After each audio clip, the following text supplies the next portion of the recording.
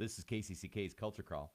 I'm Dennis Green, and my guest is Ian Draves in the second of our series of conversations heading into Jazz Under the Stars 2019. Ian, welcome. Thank you. Thanks for having me. Looking forward to the Soul Sherpa concert. Yes. Week 2 of Jazz Under the Stars.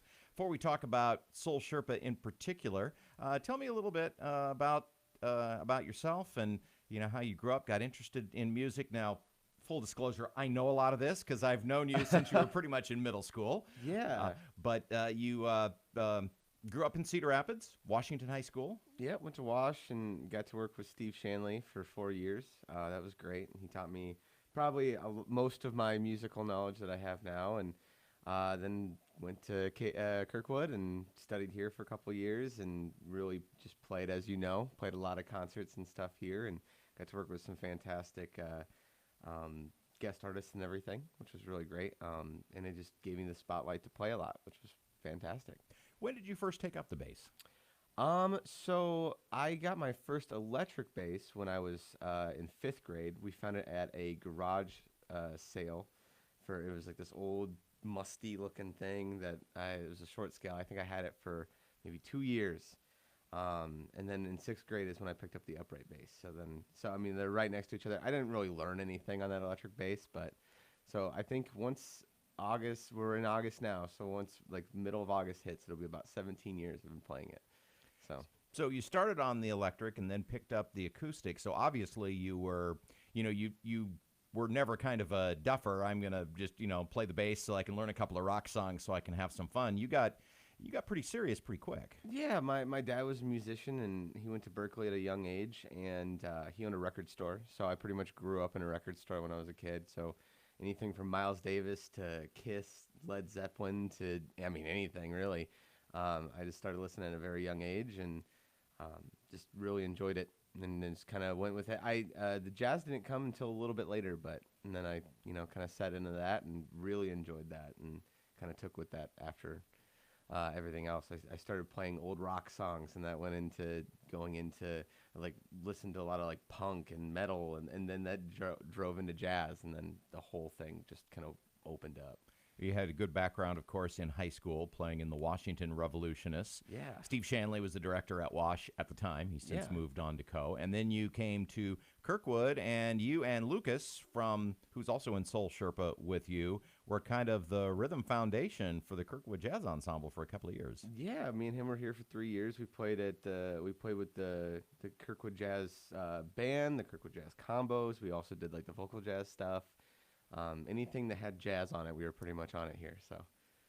So tell me how Soul Sherpa came together. The core of the group, really, you and Lukas, and Hank's been in it from the beginning pretty much too, your tenor player. You pretty much met here at Kirkwood. Yeah, so when I was here, me and Lukas, really got to know each other really well, and we played, and every year we played with each other, it got more and more, cohesive and tight, and, they always say a bass player's best friend is a drummer, so we kind of developed that connection, and then once we both stopped going to school at the same time, and I had some life things come up and everything. So after that, everything started to cool down. I was like, you know what? Like, I've been playing for such a long time. I can't let this just fall apart. I have to figure out something, so I'm going to do my own thing.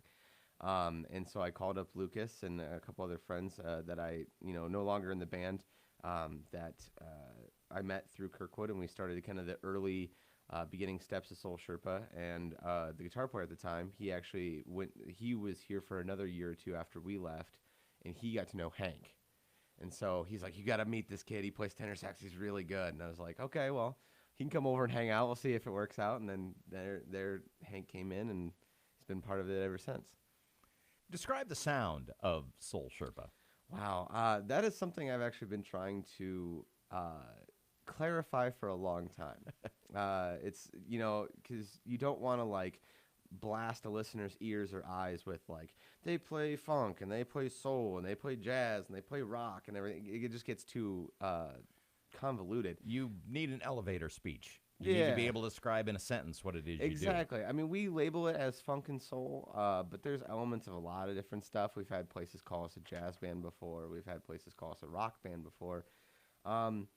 when you're talking about more popular influences and stuff like that, I'm a huge Stevie Wonder fan, so I come from that kind of ground of that. But Stevie Wonder, we do some Jackson 5 when we do some covers and stuff, but it's primarily original. But that kind of era of like 70s and 80s, like kind of Motown soul sound is kind of what we go for. But, we listen to a lot of different music, so it's kind of just what the soup of the day might be when we go into the writing room. Well, with the two founders of the band being the bass player and the drummer, it's really going to always be about the groove. Oh, absolutely. Yeah, if it doesn't groove, we don't play it. So that's kind of my rule right there, then and there. So you've been working on a lot of original music. And your first album, and I know you got another one that you're working on now. Mm-hmm.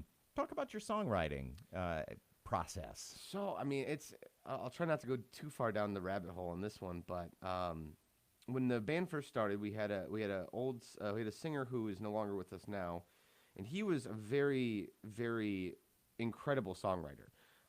He just had so many different ideas, and a lot of times they were very, very far out ideas, and I would take them, and because I've done like either musical director jobs for other people and everything like that, my favorite thing to do is just to get a bunch of ideas and put them together and try to make it work. And that's what I did for a long time. I used his ideas, and I crafted them into what I think would be a comfortable song structure. And we passed that along and everything. And then after a couple years, he took a step back and decided that he wanted to work on his own stuff and everything. And so we grabbed a different singer and kind of grabbed a couple new members. Actually, Jazz and the Stars will be not the first time, but especially probably the first couple times we've played in Cedar Rapids with our new full band again. But ever since we've been writing now since about January of this year, and this time I'm kind of the driver of the bus. It's my composition ideas and my different takes, and I bring them to the band. And the beauty of everybody in that band is just they're all very talented. They all have great ideas. It's never a thing where I come in and I have the exact song written and ready to go. It's like, this is my idea. And they bounce around a lot of things until we kind of find the groove, that feel, and then we kind of base it off of that. But we're looking at trying to get about 11 new songs for this new album, and I think we're sitting at about 8 right now, 8 ones that we're super comfortable with.